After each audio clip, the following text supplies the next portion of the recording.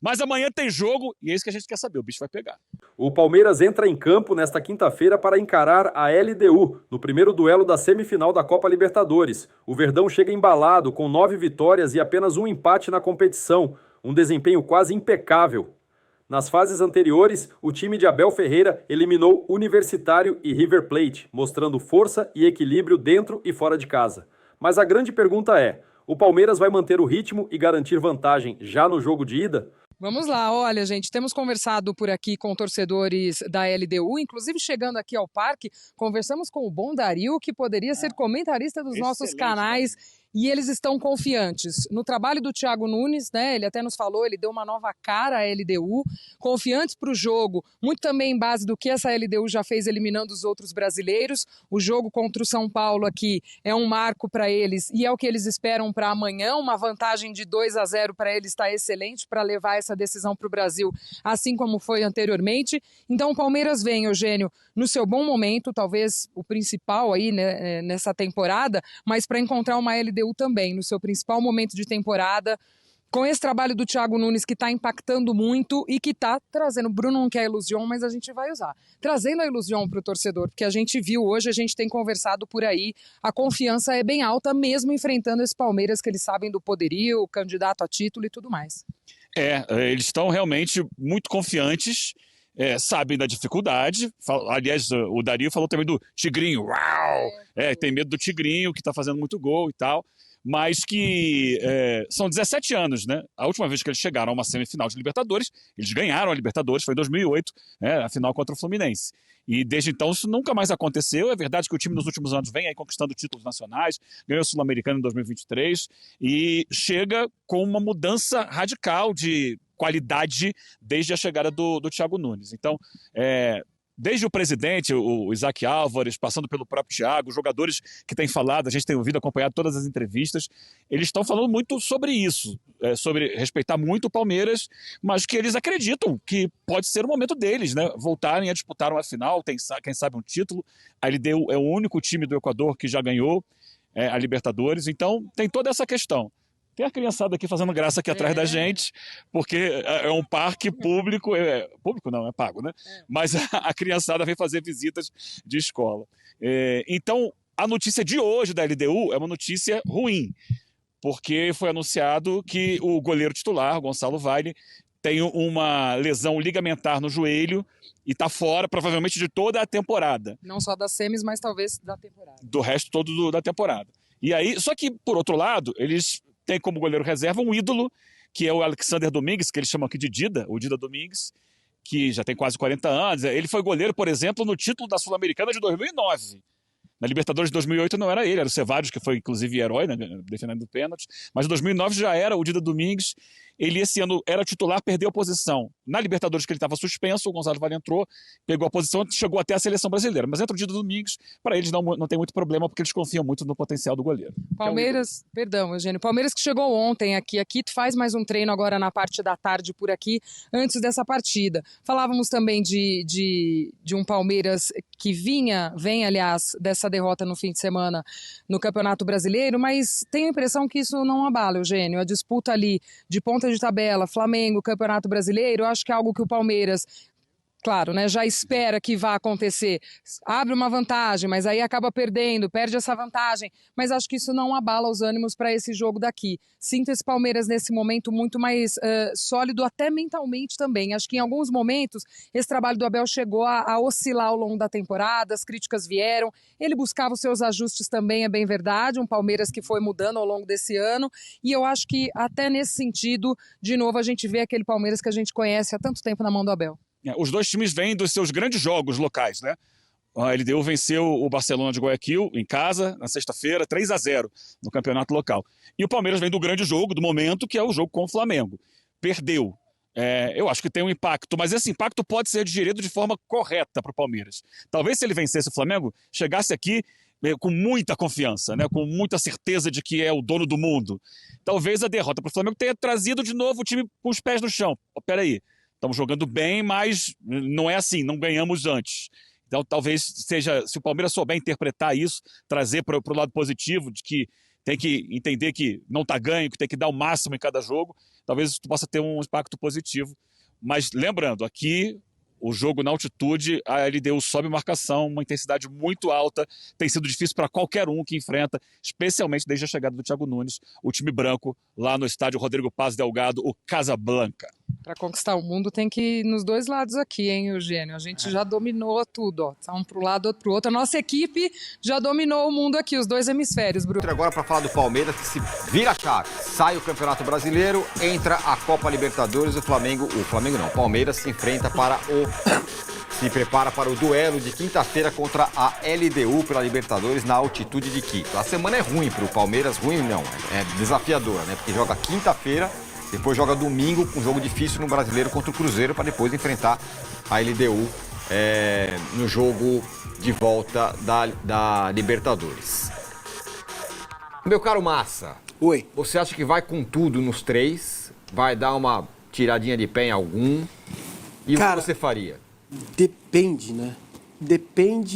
O jogo do Cruzeiro depende do desempenho do Palmeiras lá no primeiro jogo contra a LDU. O Palmeiras está viajando agora à tarde, treinou de manhã. Amanhã vai fazer um treino no CT da seleção do Equador para poder enfrentar a LDU, né? Ainda vai fazer mais alguns treinos. Treinos não, mas pelo menos no Paraguai foi assim. No dia do jogo teve um treinamento, né? O jogo é 9h30 da noite, então a ideia também é ambientar melhor o Carlos Miguel, porque o Everton dificilmente vai poder jogar, e também ambientar o Carlos Miguel, que tem pouca experiência nesse tipo de confronto, Libertadores, com altitude também. Certinho. Né? São Paulo chegou lá, nem treinou lá. Totalmente equivocada a preparação de São Paulo. Quanto mais cedo chegar, melhor. Como não é aquela altitude da Bolívia, né, de La Paz, dá para você perfeitamente ir administrando essa questão, não é tão alto, e fazer... Já é Quito, não é Guayaquil. Não, é em Quito. Em Quito já. Tá tendo jogo hoje já do Atlético. Sim. Quito também, contra o Del Valle. Vai para Quito, vai direto para Quito. Vai chegar lá hoje à noite e tal, amanhã vai fazer o treino no CT da seleção do Equador. Deve fazer mais um treino à tarde, principalmente para os goleiros, e de manhã no dia do jogo, tá bom? Que é uma grande preocupação com velocidade da bola, com essa questão toda. O Palmeiras não tem nenhum problema, a não ser os que já tem, né? Paulinho, Evangelista, jogadores que estão fora, né? E, assim, o que eu faria? Se o Palmeiras ganhar da LDU 1-0, eu já colocaria todo mundo que tivesse condição para o jogo contra o Cruzeiro. Mas a gente também tem que pensar o seguinte, veja, você está a 2 jogos de ir para uma final de Libertadores. No Campeonato Brasileiro, se o Flamengo passar 3 pontos, pode acontecer, ou 2, você vai ter mais 9 em disputa, mais 27 pontos em disputa. Então, o que não dá para voltar mais é a Libertadores. Então, agora, é foco nos 2 jogos da Libertadores. Me parece meio claro, meio óbvio. Agora, vai fazer muita diferença contra o Cruzeiro se ele escalar o Sousa e o Felipe Anderson aberto, o Sousa de um lado, o Felipe Anderson do outro. Ele pode fazer mudanças no time, já vai fazer uma, que é a saída do Piquerez. Então, ele pode fazer mais 2, 3 mudanças no jogo contra o Cruzeiro, mas vai depender muito do jogo contra a LDU lá. Se o Palmeiras perde ou empata, aí esquece. Contra o Cruzeiro, vai ver o que vai dar, paciência, né? A diferença aí é a capacidade dos adversários nesse momento da tabela, né? Num jogo no Maracanã que o Palmeiras foi deveras prejudicado pela arbitragem, a gordura foi embora, e agora na próxima rodada você tem o Flamengo com Fortaleza, né? O Flamengo também, é bom a gente ficar bem atento, porque o Flamengo vai jogar contra o Racing, que é um adversário mais forte do que era o Estudiantes. O Flamengo não vive um bom momento, tá? Muitos elogiando bastante a vitória, e a vitória merece elogios, mas em termos de desempenho, o Flamengo não jogou o que pode, certo? Acho que ficou claro para todo mundo. Já vinha assim, perdeu do Bahia, empatou com o Grêmio, empatou com o Vasco. Veja que não é um recorte de um jogo, é um recorte já de 6 ou 7 jogos em que o Flamengo não manteve mais aquele jeito malvadão de ser e estar. Dominar, pressionar o adversário e ganhar os jogos. Tem muito a ver com a Saúl e Jorginho. Quando os dois estão em campo é uma coisa, quando os dois não estão em campo é outra coisa. Então, o Palmeiras vai olhar para isso, evidentemente, né? Se o Flamengo empata ou perde do Racing em casa, coisa que eu acho quase impossível acontecer. Pode acontecer, mas não acho uma coisa plausível. O Flamengo vai fazer o que lá em Fortaleza? O Flamengo Então, eu acho que já... E tem só um detalhe, e tem uma outra questão. O Flamengo joga sábado à noite. Então aí o Abel pode... você tá... Exatamente, você vai que, né? O Flamengo ganha, por exemplo, que é o que mais pode acontecer. Aí você fala, bom, você tem um jogador mais ou menos, o segundo jogo com a LDU é na quinta, certo? Então, aí você vai sacrificar de algum jeito o jogo contra o Juventude, porque é em Caxias também, né? Não é em casa. Depois da LDU tem o Juventude em Caxias. Então, você tem que pensar nessa perna toda e olhar para o adversário. Inclusive na arbitragem, que vai estar cuidando dos jogos do Flamengo no Campeonato Brasileiro. Aí, ó, sequência de um e sequência de outro. A gente já conversou bastante sobre isso ontem, né, Vessa? Tá mais complicado, mais difícil, mais desafiador para o Palmeiras. Mas vai que... Por causa do Cruzeiro, né? Não, mas o que eu ia falar... O Racing é mais adversário, em termos de Campeonato Brasileiro. Mas vai que o Palmeiras faça o que fez essa Libertadores inteira. Chega fora de casa e pá, dá uma sapatada na LDU. Aí dá pra... Aí dá pra jogar com o Cruzeiro com tudo e fazer Sousa, não sei quem, no jogo da volta. Que é o que eu acho que, inclusive, vai acontecer. Não. Eu acho que o Palmeiras vai ganhar. ganhar. Na semifinal de Libertadores, jogo da volta com um time misto, não esquece. Ué, se você faz 2-3... Ganhou do Universitário, chegou aqui e empatou 0-0. Ganhou do River lá, acabou. Chegou aqui e tomou o primeiro gol. Não, semifinal de Libertadores. O Abel não... Ninguém dá esse mole. A não ser que, sei lá, ganhe de 5-0. Mas não tem... O Botafogo fez, o Galo fez. Não é time misto. Como é que foi o Botafogo lá na volta? Passou. 3-1. 3-1? Time misto é você tirar 5 jogadores. O Abel não vai fazer isso. Agora, 2 ou 3 é possível, cara. O Botafogo conseguiu fazer isso porque era uma margem muito grande. O Galo acho que não tirou no River com 3. O Botafogo foi 0-0. E o Botafogo tirou. Mas é muito mais, mesmo que ganhe o jogo, é muito mais provável que entre Veiga, Maurício, Sousa, o time que jogou agora contra o Juventude, né? Foi o último, né? Na data FIFA, foi contra quem? Foi. Juventude, né? Então é bem provável que jogue o time que jogou contra o Juventude, contra o Cruzeiro, talvez com o Vitor Roque. Né? E lembrando porque o Vitor Roque é uma besta fera. A gente lembra, a gente fica fazendo sempre com a possibilidade de placar, mas o andamento do jogo também tu consegue. Às vezes você tirar alguns jogadores, por exemplo, para recuperar. Sim, claro, você pode, inclusive lá na altitude. Isso, se você faz 1 ou 2-0, você pode tirar um jogador com 20 minutos do segundo tempo. Isso, 10 minutos. Você consegue. Você cuida dos caras. Você consegue medir, exatamente. Por isso que eu falo que o primeiro jogo tem muita importância. Agora, dentro do Palmeiras, o que vem é o seguinte, a informação para vocês. Agora é minuto a minuto. É minuto a minuto. Não dá para pensar no jogo contra o Juventude sem pensar em todos os detalhes da viagem para jogar com a LDU. Passado a LDU, a gente vai olhar para o Cruzeiro, que vem domingo. Não dá para ficar imaginando o que vai ser o Cruzeiro, o Juventude lá na frente. A partir de que fechou a porta do vestiário no Maracanã, a palavra foi: até amanhã, de manhã, dá para ficar tristinho, depois acabou.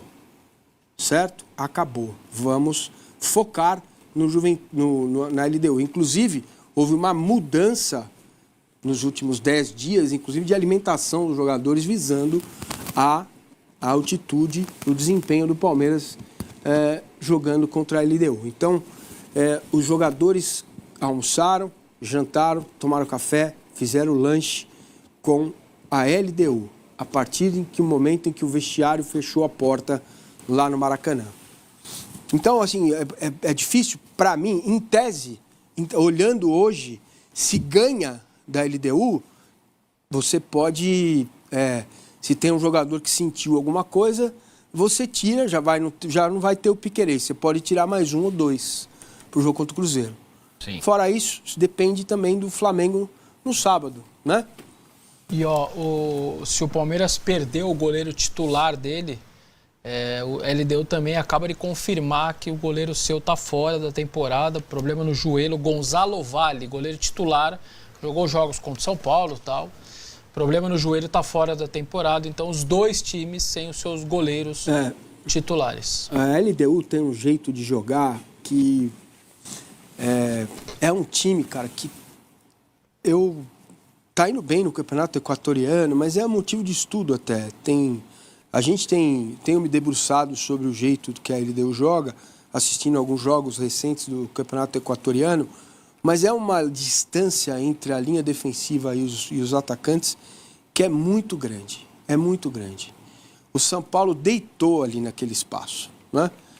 Cometeu erros, é verdade, e perdeu o jogo, um jogo no segundo tempo que parecia que a LDU estava na altitude e não o São Paulo. Então, o Palmeiras tem, como instituição, esses jogadores têm menos, muitos deles, mas a base, né? O Everton, que é um dos líderes, o Veiga, o próprio Aníbal, Gomes, Murilo, Piquerez, esses caras sabem jogar na altitude, já jogaram muito lá e certamente vão passar essa experiência. O Andrés também já jogou lá, quando estava no Flamengo. Então, não é um time virgem, né? O Flaco... Aliás, o Flaco, na altitude, o ar efeito faz bem pra caramba para ele. E o Vitor Roque também, pelo Atlético Paranaense, né? Teve experiência de jogar ali com o Sul-Americana. Na verdade, é o Carlos Miguel, porque essa aqui é a peso questão. da bola, já tá sem ritmo. Exato. Mais um peso da bola, então esse é o cara que eu acho que o torcedor realmente tem que ficar mais de olho por conta disso, assim. Além de também, acho que não conhecer... Pelo Corinthians ele jogou alguma coisa de Sul-Americana, mas não era nenhum time com altitude. Acho que ele nem sabe direito como vai ser o comportamento do corpo dele na altitude. Trabalho com o ar rarefeito, ar gás, como é que é? Gazélio? Aquele que se ingere da risada? Isso, exato. É isso, né? Gazélio. Que é mais leve, né?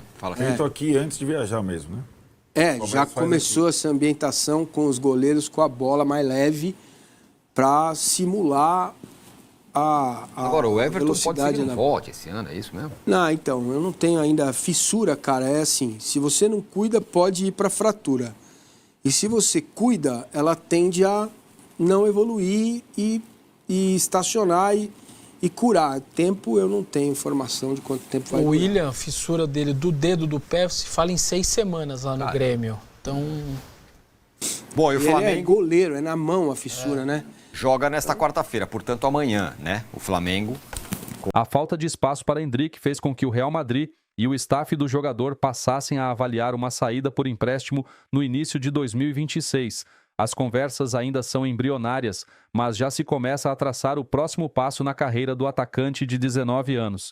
Neste momento, a ideia é buscar outra equipe no futebol europeu, pensando em garantir a presença de Endrick na Copa do Mundo de 2026. O retorno ao Brasil não está nos planos. Por sua história no Palmeiras, clube que o formou, torcedores criam a expectativa de ver um retorno, ainda que por um período curto até o Mundial de Seleções. Procurado, o Verdão declarou ao GE que está totalmente focado na reta final da temporada e não comenta especulações. Dentro da academia de futebol, porém, também se trabalha com a informação de que não há chance de uma volta ao futebol brasileiro agora. Tanto o Real Madrid quanto o staff de Endrick têm como preferência uma recolocação na Europa. Ainda há, porém, pouco mais de 2 meses até a reabertura das janelas de transferência, tanto na Europa quanto no Brasil. Endrick não joga desde 18 de maio, quando sofreu uma lesão no músculo posterior da coxa direita. Ele se recuperou em setembro e ainda não atuou nesta temporada europeia. O camisa 9 do Real Madrid ficou no banco de reservas em 6 jogos e não foi utilizado por Xabi Alonso. Após a partida de domingo contra o Getafe, em que mais uma vez não atuou, as conversas sobre uma possível negociação na próxima janela aqueceram. Isto porque nos 5 meses em que esteve afastado dos gramados, Endrick viu 3 convocações de Carlo Ancelotti na seleção brasileira e não fez parte de nenhuma. Há 8 meses da Copa do Mundo, é importante para o jogador de 19 anos voltar a somar minutos em campo para brigar por uma vaga na seleção. Endrick foi vendido pelo Palmeiras ao Real Madrid em 2022 e foi apresentado ao clube em julho de 2024. O negócio foi fechado por cerca de 72 milhões de euros, equivalentes a aproximadamente 409 milhões na cotação da época, incluindo bônus e impostos.